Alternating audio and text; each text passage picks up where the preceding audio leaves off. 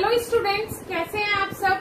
स्वागत है आपका एक बार फिर से उदित फार्मेसी में। आज मैं आपको बताने वाली हूँ कि हम स्टार्ट करने वाले हैं बायोकेमिस्ट्री, जो सब्जेक्ट इम्पोर्टेंट सब्जेक्ट है डी फार्मा का। जैसे कि मैंने इंट्रोडक्शन पार्ट में अपने बता ही दिया था आपको कि हमारे इस साइट पे आपको पूरे डी फार्मा फर्स्ट सेम के सारे सब्जेक्ट मिलेंगे, सारे सब्जेक्ट के अलग अलग टॉपिक्स मिलेंगे। ठीक है, तो आपको इजी हो जाएगा पूरा आपका फर्स्ट ईयर निकालना। फर्स्ट ईयर आपका आसानी से निकल जाएगा डी फार्मा का। तो गाइज यहाँ 6 सब्जेक्ट हैं, 6 सब्जेक्ट में से आपको सारे ही सब्जेक्ट की सीरीज यहाँ पे अलग अलग मिलेगी। तो हम स्टार्ट करने वाले हैं आज बायोकेमिस्ट्री का फर्स्ट टॉपिक। बायोकेमिस्ट्री का फर्स्ट टॉपिक क्या है, आज हम शुरू करेंगे इंट्रोडक्शन टू बायोकेमिस्ट्री। तो बिना टाइम वेस्ट किए शुरू करते हैं बायोकेमिस्ट्री। सबसे पहले देखते हैं डेफिनेशन ऑफ बायोकेमिस्ट्री। बायोकेमिस्ट्री का डेफिनेशन देख लेते हैं। Biochemistry is a study of chemistry of living organism and deals with structure of tissue, cell, organelles and individual biomolecules। देखिए बायोकेमिस्ट्री क्या है। Biochemistry is the study of chemistry of living organism. Biochemistry living organism की chemistry को की study को ही हम biochemistry बोलते हैं। समझ में आया। लिविंग ऑर्गेनिज्म की केमिस्ट्री की जो स्टडी होती है उसे ही हम बायोकेमिस्ट्री बोलते हैं। सिंपल सी बात है। जैसे कि एग्जांपल ले लीजिए, मैं आपको एग्जांपल देती हूँ ग्लूकोज का। अगर मैं आपसे पूछूं ग्लूकोज क्या है, तो ग्लूकोज अपनी बॉडी के लिए एसेंशियल है। तो आपके दिमाग में ग्लूकोज ऐसा बायोमोलिक्यूल आता है, लेकिन अब ग्लूकोज क्या है। ग्लूकोज बायोलॉजिकली हमारी बॉडी में यूज हो रहा है, लेकिन अगर ग्लूकोज का मैं आपसे फॉर्मूला पूछने लगूं तो क्या होता है, C6H12O6। अब किसी भी चीज का फॉर्मूला या आयुपैक नेम अगर आपसे पूछने लगे कोई, तो वो सीधा किसमें पहुंचा देता है, आपको केमिस्ट्री में पहुंचा देता है। तो दोनों चीजें एक साथ कोरिलेट होंगी। तो ये दोनों चीजें एक साथ कोरिलेट होकर क्या बनाती है, बायोकेमिस्ट्री बनाती है, जो मोस्ट इम्पोर्टेंट है एंड मोस्ट एसेंशियल है एक लिविंग ऑर्गेनिज्म के लिए। ओके, चलिए आगे देखते हैं। जैसे कि and deals with structure of tissue. Biochemistry के अंदर स्ट्रक्चर ऑफ टिश्यू के स्ट्रक्चर को हम देखते हैं। सेल, पूरा सेल देखेंगे, ऑर्गेनल्स, जितने भी ऑर्गन सिस्टम में प्रेजेंट होते हैं, इंडिविजुअल बायोमोलिक्यूल्स और अलग अलग बायोमोलिक्यूल्स, सबके अंदर केमिस्ट्री प्रेजेंट है। अब आप सोच रहे होंगे सेल के अंदर क्या केमिस्ट्री प्रेजेंट है, तो मैं आपको बता दूं सेल के अंदर पूरी की पूरी केमिस्ट्री पे बेस है। एक छोटा सा सेल जो बेसिक यूनिट होती है किसी भी ऑर्गन सिस्टम की, बेसिक यूनिट क्या है, सेल है। सेल पूरा केमिस्ट्री पे डिपेंड है, क्योंकि उसके अंदर क्या चल रही है, 1000 ऑफ रिएक्शंस काम कर रही है। वो कैसे कर रही है वो मैं आपको आगे समझाऊंगी। देखिए सबसे पहले हमें पढ़ना पड़ेगा उसके लिए सेल के बारे में नहीं पता होगा तो कैसे बायोकेमिस्ट्री हम पढ़ पाएंगे, बायोकेमिस्ट्री पे काम कर पाएंगे। तो the cell is a basic living structural and functional unit of living organism. बचपन से आप पढ़ते आ रहे हैं, 8, 9, 10th में भी पढ़ा है cell is a basic living structural and functional unit of organ system. क्या है, किसी भी ऑर्गन सिस्टम का जो ओरिजिन है, ओरिजिन मतलब जहां से कोई भी चीज स्टार्ट होती है, स्टार्टिंग बिंदु जिसे बोलते हैं, जहां से कोई भी चीज शुरू हुई हो, तो किसी भी ऑर्गन सिस्टम का जो स्टार्टिंग पॉइंट है वो क्या होता है, सेल होता है। सेल से ही एक ऑर्गन सिस्टम बनता है। सेल क्या है, बेसिक यूनिट होता है। उसके बाद आ जाता है बायोमोलिक्यूल्स। बायोमोलिक्यूल्स क्या होते हैं, the living cell is composed of few elements like CHO and N that combine to form a great variety of molecule are called biomolecules। अब बायोमोलिक्यूल्स क्या होते हैं, बायोमोलिक्यूल जो लिविंग सेल होती है वो मीन्स बनाई जाती है किस से, आपका दिया हुआ है carbon, hydrogen, oxygen and nitrogen. ये क्या है, 4 मेन इंपोर्टेंट एलिमेंट है, आपको भी पता है। तो जो कोई भी लिविंग सेल होगी वो इन 4 एलिमेंट से मिलकर बनती है, कार्बन, हाइड्रोजन, नाइट्रोजन और ऑक्सीजन। ओके, उसके बाद दिया है कि ये जो जितने भी सारे बायोमोलिक्यूल्स होते हैं वो सब कंपोज होते हैं किससे, कार्बन, हाइड्रोजन, नाइट्रोजन और ऑक्सीजन से। ये एलिमेंट्स होते हैं एसेंशियल। उसके बाद जैसे कि बायोमोलिक्यूल्स के अंदर जो एग्जांपल दिया, कार्बोहाइड्रेट, ये सारी चीजें क्या होती हैं, बायोमोलिक्यूल्स है और आपकी बॉडी के अंदर एसेंशियल रोल ये प्ले कर रहे हैं। कार्बोहाइड्रेट के बिना क्या लाइफ पॉसिबल है, एक ऑर्गन सिस्टम पॉसिबल है। उसके बाद आता है protein, fat, nucleic acid, lipid. Nucleic acid के बिना क्या आपका जो ऑर्गन सिस्टम है, कोई भी लिविंग थिंग है, वो पॉसिबल है। न्यूक्लिक एसिड एसेंशियल होता है। न्यूक्लिक एसिड मतलब RNA और DNA जहाँ पे प्रेजेंट है। उसके बाद विजुअल डायग्राम ऑफ सेल। अब आपको ड्रॉ करना है एक डायग्राम सेल का। सेल का डायग्राम मीन्स आपको पता होना चाहिए, क्योंकि बेसिक यूनिट क्या होती है यहीं से आपको पूरी बायोकेमिस्ट्री समझ में आ जाएगी, सेल से ही। तो सेल देखते हैं, सेल का ये डायग्राम मैंने छोटा सा बनाया है। इसमें इंपॉर्टेंट चीजें मैंने सारी मेंशन की है, जैसे कि सबसे इंपॉर्टेंट क्या होता है, न्यूक्लियस कहाँ प्रेजेंट होता है, मिडिल में प्रेजेंट होता है न्यूक्लियस। तो सबसे पहले न्यूक्लियस स्टार्टिंग से शुरू करते हैं। Plasma membrane, that is plasma membrane.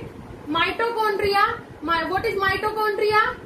Mitochondria is the power house of the cell. Lysosome, then उसके बाद वैक्यूल्स, राइबोसोम्स, ये डॉटेड दिख रहा है, राइबोसोम्स है ये। न्यूक्लियस, न्यूक्लियस दिख रहा है आपको, न्यूक्लिक एसिड जिसे मैंने बोला था, न्यूक्लिक एसिड ये क्या होता है, न्यूक्लियस। उसके बाद ये यहाँ पे दिया हुआ है स्मूथ एंडोप्लाज्मिक रेटिकुलम। न्यूक्लियस के जस्ट नीचे होता है स्मूथ एंडोप्लाज्मिक रेटिकुलम, कंबाइन होता है ये न्यूक्लियस से। उसके बाद आता है प्रोक्सिसोम, फिर उसके बाद आता है साइटोसोल। देखिए जो यहाँ पे लिक्विड फिल होता है ना, इसे बोलते हैं सेल के अंदर जो लिक्विड फिल होता है पूरी सेल के अंदर, वो होता है साइटोसोल, फ्लूइड जिसे बोलते हैं। उसके बाद आता है साइटोस्केलेटन, ये क्या है, साइटोस्केलेटन है। देन आ जाते हैं इधर गोल्गी एपरेटस, जिसे गोल्गी बॉडी इसको बोल सकते हो। यहाँ आ जाता है rough endoplasmic reticulum, that is rough endoplasmic reticulum, right. सारे नाम आपको पता चल गए। अब मैं इनके सबके अलग अलग फंक्शन आपको बताऊंगी, न्यूक्लियस किस तरीके से काम करता है, न्यूक्लियस का क्या काम है। देन अगर जितने भी इम्पोर्टेंट ऑर्गेनल्स के नाम मैंने लिखे हैं ये सब मैं आपको बताऊंगी कि इनके अलग अलग फंक्शन क्या है। फर्स्ट है nucleus. Nucleus is the most important part of the cell, बोल सकते हो आप nucleus is the brain of the cell. Nucleus क्या होता है, ब्रेन होता है एक सेल का। जैसे आप अपनी बॉडी से कंपेयर कर सकते हैं, जैसे आपकी बॉडी में ब्रेन काम करता है उसी तरीके से सेल के अंदर न्यूक्लियस काम करता है, right. Nucleus it is special and largest part of the cell. It contain nuclear membrane, nucleoplasm and genetic material. Nucleus क्या है, special, it is special and largest part of the cell. मैंने बताया special इसलिए क्योंकि वो एक CPU की तरह, कंप्यूटर का अगर माने तो सीपीयू की तरह काम करता है। आपका ऑर्गन सिस्टम की बात करें तो एज अ ब्रेन काम करता है, और सेल के अंदर क्या है, न्यूक्लियस है। तो इससे आपको आइडिया हो गया होगा, तो ये बहुत ज्यादा स्पेशल होता है सेल के लिए। दूसरी चीज, लार्जेस्ट पार्ट है सेल का। इट कंटेन न्यूक्लियर मेम्ब्रेन, इसके पास एक न्यूक्लियर मेम्ब्रेन होती है, राइट। न्यूक्लियर मेम्ब्रेन प्रेजेंट होते हैं न्यूक्लियस के, जो कवर करके रखती है न्यूक्लियस को। फिर उसके बाद न्यूक्लियोप्लाज्म प्रेजेंट होता है, और जेनेटिक मटेरियल, इसके अंदर जेनेटिक मटेरियल मीन आरएनए और डीएनए प्रेजेंट होता है। उसके बाद आ जाता है एंडोप्लाज्मिक रेटिकुलम पे। Endoplasmic reticulum it is a network of membrane continuous with nuclear membrane. देखिए मैंने आपको बताया था जो एंडोप्लाज्मिक रेटिकुलम है वो क्या है, बिल्कुल मिला हुआ है किससे, न्यूक्लियर मेम्ब्रेन से, न्यूक्लियस से अटैच है। तो वही चीज यहाँ पे दी हुई है, it is a network of membrane continuous with nuclear membrane. Nuclear membrane से जो शुरू होता है, it help in synthesis of steroid and protein. देखिए एक इम्पोर्टेंट चीज, जो एंडोप्लाज्मिक रेटिकुलम होता है वो हेल्प करता है किसमें, प्रोटीन की सिंथेसिस में हेल्प करता है, स्टेरॉइड्स के बनने में हेल्प करता है। और किससे अटैच होता है, जस्ट अटैच होता है न्यूक्लियर मेम्ब्रेन से। उसके बाद आ जाते हैं lysosomes. These are membranous vehicles contain powerful digestive enzymes which are capable of breaking down many kind of molecules। देखिए लाइसोसोम ऐसा मान लीजिए, लाइसोसोम के पास एक एंजाइम होता है जो सेल के अंदर जो ऑर्गेनल्स होते हैं, जो वेस्ट मटेरियल होता है उसे डाइजेस्ट करने में बहुत ज्यादा हेल्पफुल होता है। तो लाइसोसोम आप मान के चलिए dustbin of the cell, cell का डस्टबिन जैसा काम करता है लाइसोसोम। उसके बाद आ जाता है गोल्गी एपरेटस, जिसे आप गोल्गी बॉडीज भी बोल सकते हैं। गोल्गी एपरेटस में it consist of 4 to 8 flattened bags like channel stacked upon each other. It is located near nucleus. देखिए जो गोल्गी बॉडीज होती है वो न्यूक्लियस के पास प्रेजेंट होती है, और इसमें कुछ बैग्स प्रेजेंट होते हैं। अब मैं बता दूं इन बैग्स का काम क्या होता है। इसमें ये जो मेम्ब्रेन्स प्रेजेंट होती है ना गोल्गी बॉडीज के पास, इनका काम क्या होता है, इनका काम होता है कि पूरी सेल को न्यूट्रिएंट प्रोवाइड करना। सेल के बाहर से न्यूट्रिएंट लेंगी, मींस मेम्ब्रेन से न्यूट्रिएंट लेंगी जो सेल मेम्ब्रेन है, और पूरी सेल के जो ऑर्गेनल्स हैं उनके पास प्रोटीन, कार्बोहाइड्रेट, जितने भी एसेंशियल न्यूट्रिएंट्स होते हैं वो पहुंचाती है गोल्गी बॉडीज। मींस ट्रांसपोर्टिंग का काम करती है गोल्गी बॉडीज। ओके, उसके बाद आ जाते हैं mitochondria. There are small intracellular organelles and are known as powerhouse of the cell. Mitochondria मैंने आपको स्टार्टिंग में बोला था, mitochondria is the power house of the cell, site of urea cycle, Krebs cycle. अब मैं आपको बता दूं, देखिए mitochondria power house of the cell है, मींस माइटोकॉन्ड्रिया के अंदर एटीपीज प्रेजेंट होती हैं। एटीपी मतलब हमारी बॉडी के अंदर सेल्स के अंदर जो एनर्जी स्टोर होती है किस फॉर्म में होती है, एटीपी की फॉर्म में स्टोर होती है। ATP means adenosine triphosphate. Okay, ये चीजें आगे आपके सिलेबस में आएंगी तो मैं जरूर डिफाइन करूंगी। एडिनोसिन ट्राइफॉस्फेट अपनी बॉडी के अंदर सेल्स के अंदर जो एनर्जी स्टोर होती है वो एटीपी की फॉर्म में होती है। Site of urea cycle and Krebs cycle means urea cycle start होती है किससे, माइटोकॉन्ड्रिया से, ये भी आपके सिलेबस में दिया हुआ होगा। उसके बाद दूसरी चीज क्रेब्स साइकिल, जिसे सिट्रिक एसिड साइकिल भी बोलते हैं, वो भी कहाँ शुरू होती है, कहाँ चलती है, सेल के अंदर माइटोकॉन्ड्रिया में चलती है। इन्हीं थाउजेंड ऑफ रिएक्शंस की मैं बात कर रही थी। ये साइकिल है, एक साइकिल के अंदर कम से कम मान के चलिए आप 60 रिएक्शंस अगर होंगी तो बहुत सारी साइकिल्स चल रही है एक सेल के अंदर, छोटे से सेल के अंदर। तो cell is a important part of your body. Okay, फिर आते हैं next, cell membrane and plasma membrane. Cell membrane की बात कर लेते हैं। It surround the cell sharp, it form other cell and external environment. It composed of protein, phospholipid, carbohydrate. देखिए cell membrane का क्या काम है, प्रोटेक्शन, राइट, प्रोटेक्शन का काम करती है। जो सेल मेम्ब्रेन है वो प्रोटेक्शन का काम करती है। आपकी सेल का एक कवर है, वो पूरा कवरिंग सिस्टम है आपकी सेल का, तो प्रोटेक्शन का काम करती है कौन, सेल मेम्ब्रेन। देन आ जाते हैं ribosomes. Look at here, ribosomes, they are teeny granules present in cytoplasm as well as surface of endoplasmic reticulum. देखिए कहाँ प्रेजेंट होते हैं, जो राइबोसोम्स हैं वो साइटोप्लाज्म में प्रेजेंट होते हैं। What is cytoplasm, cytosol, cytoplasm एक ही चीज मान लीजिए, आपका क्या है, फ्लूइड।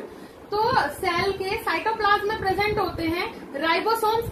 राइबोसोम का क्या है, सिंथेसिस ऑफ प्रोटीन, प्रोटीन की सिंथेसिस करवाने में हेल्प करते हैं राइबोसोम्स। ठीक है, हेल्प क्या करते हैं, मतलब साइट है जो प्रोटीन की सिंथेसिस होती है सेल के अंदर, वो कहाँ पे होती है, राइबोसोम्स के अंदर ही होती है। साइट है, राइबोसोम क्या है, साइट है, प्रोटीन सिंथेसिस का साइट है ribosome, right. Ribosome are the main site of protein synthesis. Ribosome क्या है, मेन साइट है प्रोटीन सिंथेसिस की। जो रफ एंडोप्लाज्मिक रेटिकुलम होता है, ये देखिए न्यूक्लियस के जो नीचे ये दिया हुआ है स्मूथ एंडोप्लाज्मिक रेटिकुलम, एक होता है रफ एंडोप्लाज्मिक रेटिकुलम। तो रफ एंडोप्लाज्मिक रेटिकुलम के ऊपर यहाँ पे डॉट डॉट होते हैं पूरे में, जो क्या है वो राइबोसोम्स अटैच होते हैं। रफ एंडोप्लाज्मिक रेटिकुलम के ऊपर राइबोसोम्स अटैच होते हैं। और रफ एंडोप्लाज्मिक रेटिकुलम का वर्क फंक्शन क्या था, प्रोटीन की सिंथेसिस करवाने में हेल्प करना। और राइबोसोम क्या है, वो साइट है जहाँ पे प्रोटीन की सिंथेसिस होती है। होप सो सेल आपका पूरा क्लियर हो गया होगा, पूरा अच्छे से। अब आप भी जिस तरीके से मैंने डिफाइन किया है आप कर पाएंगे। दूसरी चीज गाइस मैं आपको बता दूं, इस वीडियो में आप नोट्स अपने बनाने स्टार्ट कर दीजिए। लेक्चर जो है साथ के साथ आप नोट डाउन कीजिए, उससे ज्यादा अच्छी प्रिपरेशन होती है। अदरवाइज जो स्टूडेंट्स ऐसे हैं जो लास्ट टाइम पे ज्वाइन करते हैं हमारी क्लास एग्जाम से कुछ दिन पहले, उनके लिए एक बेटर ऑप्शन है, नीचे डिस्क्रिप्शन बॉक्स में आपको मिल जाएगी ई बुक की, आप डाउनलोड कर सकते हैं, लिंक हम दे देंगे ई बुक का। तो वहां से आपको एज इट इज ऐसा ही पूरा जो बायोकेमिस्ट्री का पूरा सिलेबस है आपका, उसको पूरे अच्छे से डिफाइन किया गया है, अपनी लैंग्वेज में, सिंपल लैंग्वेज में डिफाइन किया गया है। तो इजी हो जाएगा आपके लिए वहां से सब्जेक्ट को कवर करना। ओके गाइस, मैं तो आपको यही सजेस्ट करूंगी कि आप साथ के साथ नोट्स बनाइए, उससे आपकी भी प्रैक्टिस होगी और आगे जाके आपको बहुत ज्यादा बेनिफिट देने वाले हैं ये नोट्स। और ये चीजें तो हमेशा के लिए आपको काम आने वाली है अगर आप इस फील्ड में आए।